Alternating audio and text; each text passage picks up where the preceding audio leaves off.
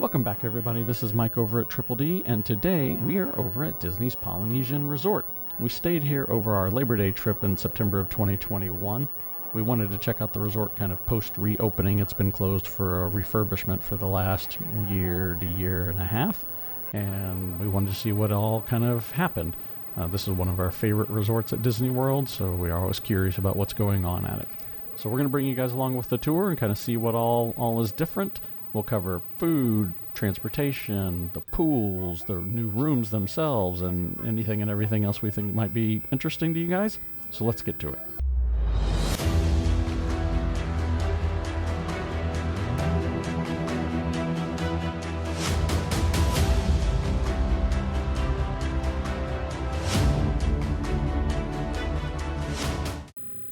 Okay, now before we go inside, I did want to show you the exterior because this is where the renovation was still happening while we were there. You can kind of see the scrims down on the ground there. The porte cochere was actually open. You can kind of see the cars driving through, but the main entry into the lobby was actually closed, so you had to circle around behind. That has since reopened since we were here, so this is all completely open now and ready for use by anyone kind of coming in. So the resort really is kind of getting to the point of being complete.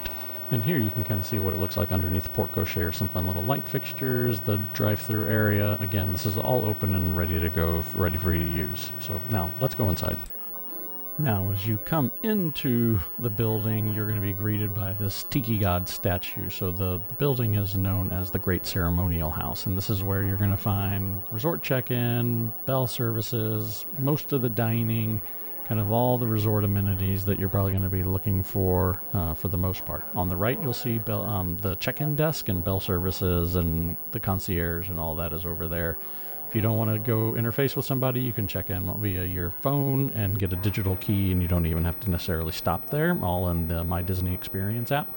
There's a second floor in the building, which you can kind of see here, and you're going to have food, a shop, but mainly food up on this floor. And this is also where you get to the monorail, which you can kind of see straight across the way there, which actually just opened up on our trip here, but that's what's up on the second floor. And we'll go into what's exactly where here a little bit later in the video, but this is where you're going to kind of come into the resort. As you exit the Great Ceremonial House and probably head to your room or just to go see the resort grounds, you're going to immediately kind of be pulled into this wonderful Polynesian theme in the resort. You're going to find wonderfully lush grounds, beautiful vegetation throughout. You're going to hear the Polynesian music that's piped into the resort. Yes, everywhere around the resort you're going to be able to hear Polynesian feeling music. It is a wonderfully kind of encapsulating environment that sort of sucks you in and makes you really feel like you're, somewhere not in the middle of Florida, and that's one of the things we really love about this resort. So let's go ahead and look at a map of it now. Okay, so this is a map of the resort. This is kind of the maps that you'll find on the grounds of the property itself, and we'll give you a bit of an idea of the lay of the land, so to speak, and what you'll be able to find everywhere. Now I'm going to switch to a map that we actually had made for our review of this resort a few years ago, because it's not moving around and it's a little easier for me to point things out. But everything is essentially drawn exactly the same. So what you'll find again is in kind of this center area right here is the Great Ceremonial House, and that is where you enter the resort. And then to the left and kind of right are going to be the rooms, and if you head straight out the back of the resort, that will take you to the pool or one of the pools that are on property. When you do your early check-in for your resort, you can actually request a specific longhouse. Now, they don't guarantee availability. They don't guarantee that you're going to get them, but you can at least ask. So that matters when you're going to think about what room you want to be in or what longhouse you want to be in. If being close to the Great Ceremonial House is important, then request Rarotonga or Tonga or one of these ones that are kind of closer into the Great Ceremonial House. If you want to be close to the water, you want to be close to the boat marina, transportation, maybe you're going to go to Epcot a lot and you want to be close to the Transportation and Ticket Center, which you can see there's a walkway to it over here on the right. Think about where you want to be and what room and what longhouses you want to request to be in. Now, not all longhouses have the same room availability. Like if you're requesting a waterfront or a lagoon view or a theme park view, Obviously, you're not going to be able to stay in Rarotonga because that longhouse doesn't have those types of room available. So it's a bit of a Rubik's Cube of fitting everything together. But think about where you want to be in relation to what's most important to you. If easy transportation is most important, that's a different answer than I want to see Cinderella Castle and be close to the beaches and stuff. Now, if you're looking for your room and trying to find the right longhouse and you're a little confused of where you are, look for these signs like this one that says Samoa right here. They will tell you kind of what building you're near, and then you can figure out if you're in the right spot or not. So now we're going to go look at the room real quick. So this is kind of what a hallway looks like in kind of their refurbished setup. Make sure you look at the carpet. There is a hidden Mickey buried down in there. You kind of see it right there in the bottom left-hand corner of this video. But then here's what the actual new rethemed, refurbed rooms look like. We actually have a complete video. I'll link to it up here in the description that kind of shows you everything, and we talk much more detail about what this is, but I don't want to consume 20 minutes in this tour with that. But this is what the rooms look like. They look great. They're wonderful. We really enjoyed our time here. Definitely recommend you stay here if you kind of like the theme of the resort and whatnot. But that's what the rooms look like. Now, one thing you will want to consider when you're booking your rooms is the view that they come with. So Polynesian has a handful of different views that are available out the balcony. I'll show you the view we had here in a second. This was a theme park view room, which is one of the most popular ones. You can see Cinderella Castle, watch the fireworks at night, all those types of things. The other most popular one is a standard view room, which basically means you're looking at green spaces, a parking lot, monorail. Nothing that I would consider an overly sexy view, but it is going to be the cheapest room in the resort by a good long shot. Then they have other things that are preferred rooms, which are a bit closer to the Great Ceremonial House. They have garden view rooms, which are more green spaces. They have lagoon views, so you can't actually see Cinderella Castle in the park, but you can still see Seven Seas Lagoon and areas around that.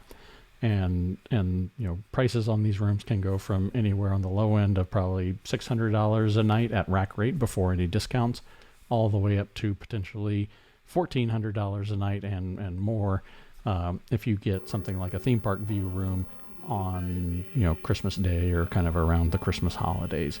But that's kind of what you're looking at paying as of at least right now. But always try and find discounts. Generally, Disney is offering them. You just got to kind of pay attention and look for them. But here's the view we had from our room. This is what the theme park view looks like if you're interested in that. Again, we go into much more detail in our room tour video that we linked in the cards. Now let's go ahead and talk about food at Disney's Polynesian Resort. So the first place we went to was Captain Cook's. It's a good place to go to right when you get in if that's kind of your first resort that you're staying at and you just got in from traveling. It's a counter service restaurant. You can walk up to the counter, order food. They give you a pager and then you come pick it up and you go sit down. Very quick, easy, convenient. The fares, I'd say good but basic. But it's got a little bit of seating on the inside, a little bit of seating on the outside, so you can kind of get in and get out, get on with your day. And here it all is. Shrimp noodles for shrimp noodles for Elsa. The pulled pork nachos for me. Anna went with the turkey sandwich pita type thing, and then Carla with the gluten-free fruit salad noodle combination. The pulled pork nachos that I got were really good. They came with two types of chips, or I guess house-made kettle chips, and then house-made wontons with pulled pork, tomatoes, cheese over the top of them. They were excellent. As for Elsa's shrimp noodles, they were actually very good. I was a little skeptical because of just being in the box that they were served in, but the shrimp was cooked well. The noodles had great flavor. I was actually pleasantly surprised, and Elsa devoured them. So if you got a kid that likes shrimp and they're good with noodles and like kind of Asian, Polynesian type flavors, definitely something that you should check out. When it comes to Carla's gluten-free noodle salad, she enjoyed it. It hit the spot. It does the trick. Given her limited kind of diet, this worked well for what she wanted to eat.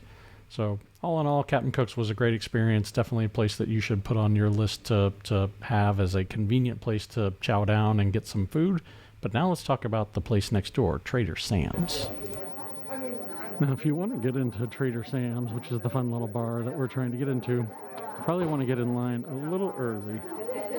As you can see here by the front of the door here, so the hours of Trader Sam's are only 3 o'clock to midnight, but notice the sign that says that no children after 8 p.m. So if you got little ones, they got to go to a babysitter, or maybe they just, you got to do something with them. I'm not sure what to tell you to do with the younger kids, but adults only after 8 o'clock.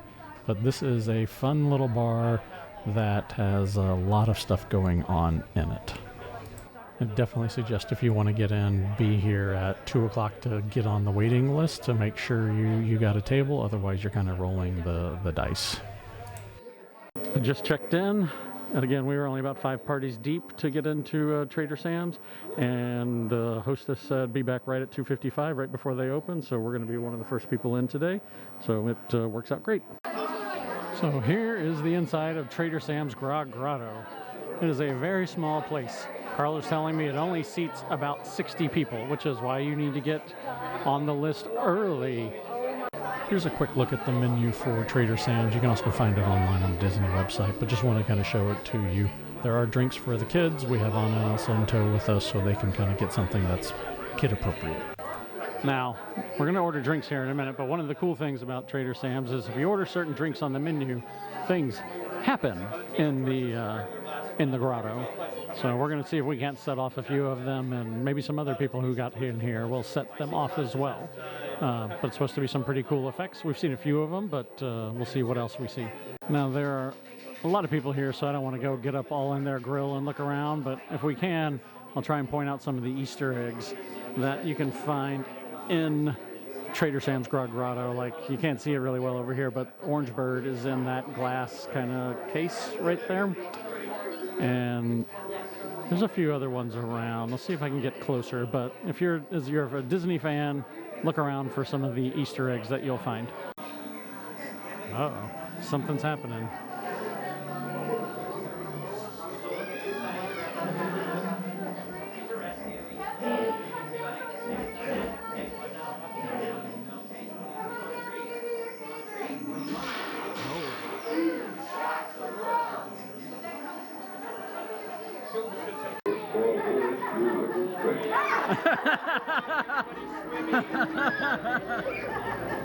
Shooting water everywhere.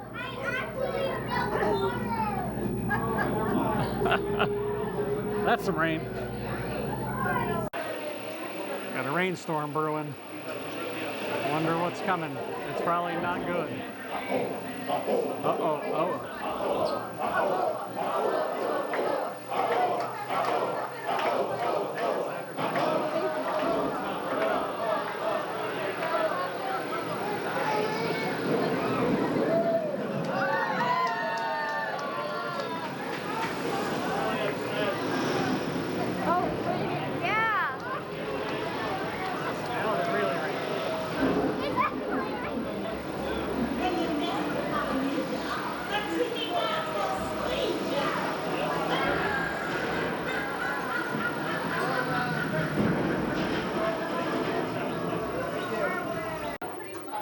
Okay, so the girls got, their mocktails. So this is the Skipper Sipper, and then Anna got what?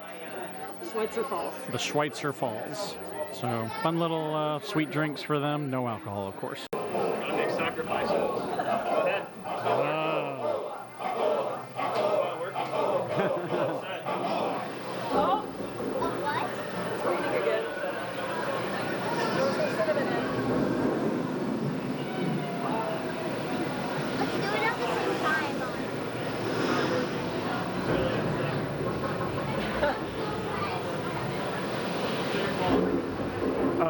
The drink Carla just got is upsetting the gods. Put cinnamon in there. Oh, we did not sacrifice enough, clearly. That was Trader Sam's. We really enjoyed our time there. The kids really enjoyed it. It's fun. The waiters are entertaining. They're all part of the show. It was an excellent time. It was actually our first time to go to Trader Sam's. If you don't know, the original one is actually out in California at Disneyland, and they brought it here. we definitely recommend going and having a few drinks there. It was actually such a fun time. Definitely go check it out. But now let's go talk about Ohana. You'll find Ohana up on the second floor of the Great Ceremonial House. So kind of here where I'm panning from left to right, it's going to be in the very right-hand corner. You'll find it and Tambu Lounge as well. I don't think it's probably hyperbole to describe Ohana as one of the most famous restaurants in all of Walt Disney World. Maybe not the most famous, but it's certainly one of the most well-known and beloved. What you'll find here is a table service restaurant where they bring out food family style. So you get an appetizer, salad, main courses, a dessert. It's all kind of included as part of the meal. There really isn't options to, so to speak, choose from. It's just here's all the different options that you get.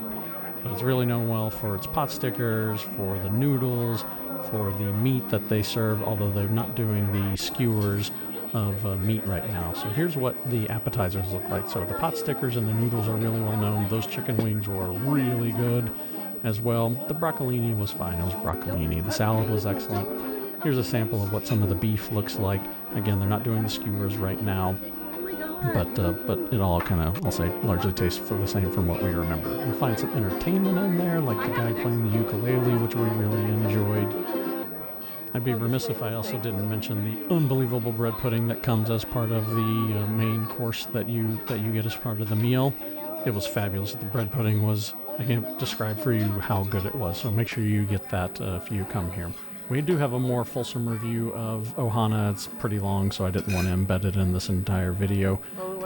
I'll link to it up here in the cards, and you can go check it out if you want to see kind of everything that we ate and our more detailed thoughts on Ohana. But it is a place you absolutely must eat, in our opinion. Now, if you want to get the appetizers and dessert of Ohana, but don't want to go have the entire meal, head over to Tambu Lounge. Most people don't know it, but if you go here after 4 o'clock, I believe it is, they actually serve the appetizers and desserts from the bar itself, and this is a little lounge area fairly similar to Trader Sam's without all the theatrics. So if you want a little more quiet spot, a place where you can go get a drink and enjoy some of those appetizers, this is the place for you. But again, it's only after, I think, 4 o'clock. Now, the other restaurants on the second floor of the Great Ceremonial House are Kona Island, which is on your left, and then Kona Cafe, which is right in front of you here. So Kona Island is a bit of a grab-and-go type food. There's no real tables or anything. But you can get pastries, coffee all the time. During the mornings, they also have some sweet treats. They have chocolate-covered bacon. In the evenings and afternoon, you can pick up sushi to go and things like that. Over at Kona Cafe, we didn't have our camera with us. We were actually eating breakfast with a bunch of friends, but we did eat breakfast here. You can see video of the macadamia pancakes and then the regular pancakes that Anna got, and then Carla's gluten-free Tonga toast. Now, I'd say from breakfast, they're really known for Tonga toast, and these macadamia pancakes were really excellent as well. But it's a table service restaurant where you can go and sit down, have a decent meal, but it's not quite the same price or kind of availability issues that Ohana has, but another good option for you to try out. And our last food stop is going to be over at Pineapple Lanai, and this is definitely, I think, maybe a case of saving the best for last, although maybe Ohana might quibble with that. But Pineapple Lanai is a dessert refreshment stand that serves Dole Whip, which, if you're not familiar with, is basically like a soft serve treat, but instead of it being kind of milk-based, they're generally more water-based. And so what you can see here is a raspberry Dole Whip that we got while we were staying here, and we also got a pineapple float, which is basically Dole Whip with pineapple juice poured on top of it. But if you look at the menu, you can kind of see basically those are your options. You get a regular whip or a float with pineapple juice poured on top. You can make yours adult, so they'll pour a little rum on it if you so choose. We did not do that here. They do have 4 flavors available usually. So 2 are permanently there, which are vanilla and pineapple soft serve. And then they have a rotating set of them, which again is the raspberry that I showed you a second ago. And then right when we were there, they had orange. You can also do swirls of them and kind of mix and match. But always look out for those special flavors. And with that, we're done with all the food. At least that was all we could eat. We were quite stuffed after our stay here. So what I wanted to encourage y'all to do next is check out the beaches. So you can see here, this is a view from our room of one of the beaches. There are 2 on property. Get out early in the morning. This was taken at, I think, probably 7 a.m. There's no music going. It's very peaceful, quiet, serene. It is a wonderful experience that you should take advantage of. They're beautiful beaches. They're manicured every morning. They look immaculate. They're peaceful. They've got chairs on them. Go out, relax. Take advantage of something that feels like you're on a beach and you're kind of just getting away from everything. I think it's something that you rarely see people doing that I would encourage you to go take advantage of. This is the second beach that's kind of more on the western side of the property towards the Grand Floridian. But go sit on the beach, chill, take a Mai Tai with you, get a little drink, go relax, take advantage of it. It's well worth it. Now let's talk about the pools at Disney's Polynesian Resort. So there are two of them. So the one you see right here is kind of the feature pool. It's called the lava pool.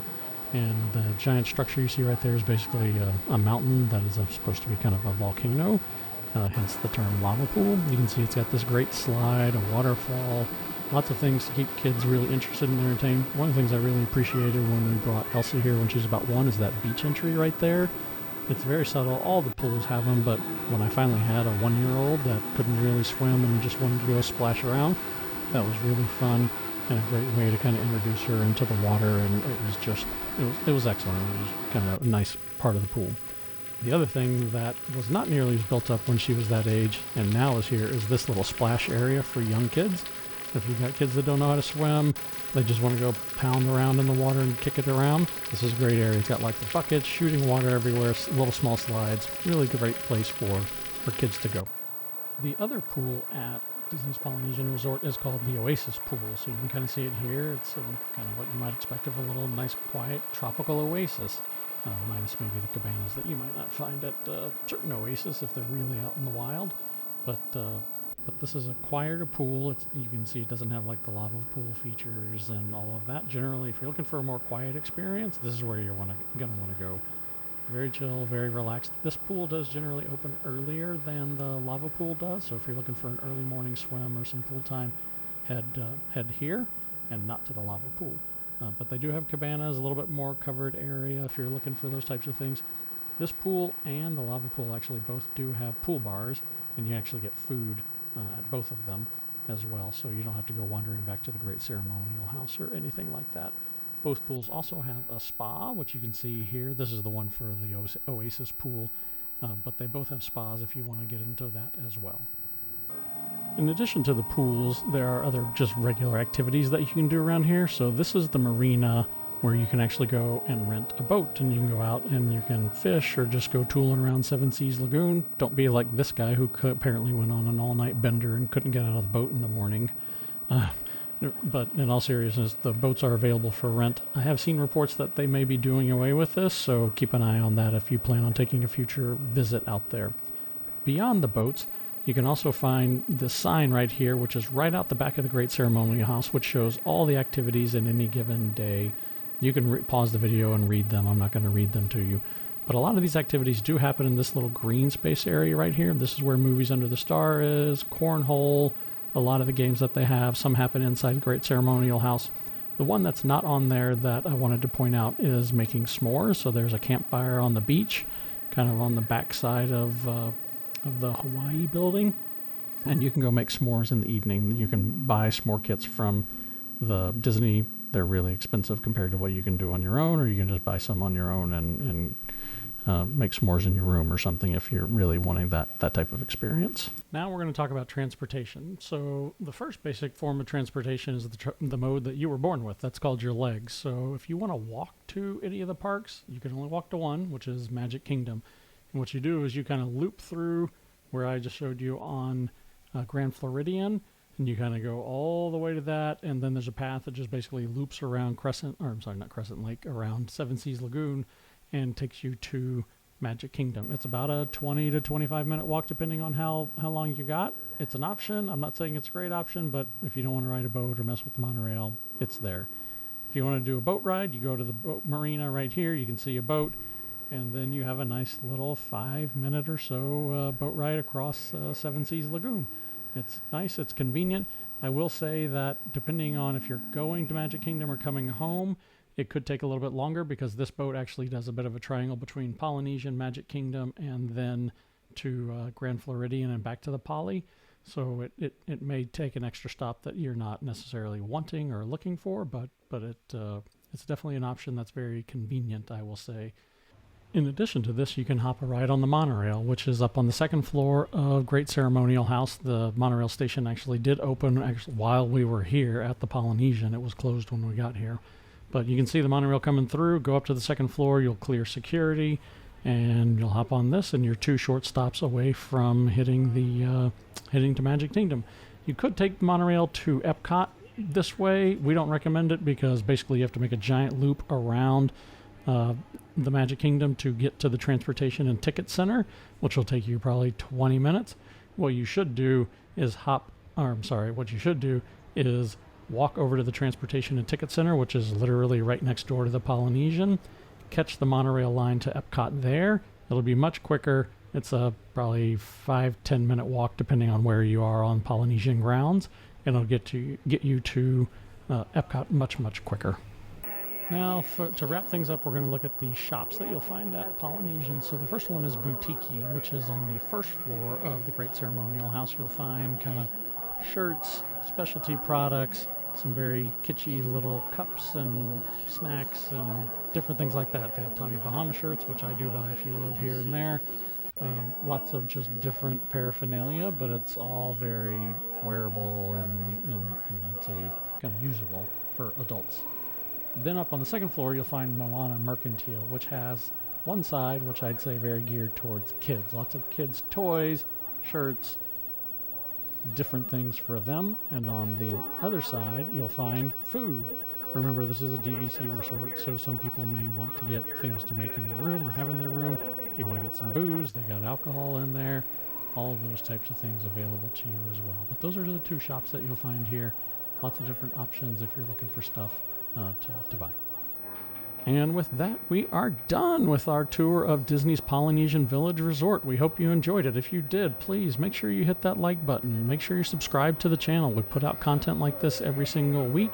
Being subscribed, hitting that notification bell is the best way to make sure you see it when we publish everything. We do answer questions. I want to emphasize this. We're not like some of those bigger channels out there who just post stuff and they move on. We answer questions. We know a lot about these resorts and the parks and anything. So if you got questions about Disney's Polynesian Village Resort, drop it down in the comments below. We do reply. We do like engaging with people. And we've got time to do it since we're a smaller channel. So with that, we're done. We appreciate you watching and taking the time to get to the end of this video. We know it was a haul. We look forward to seeing you all next time.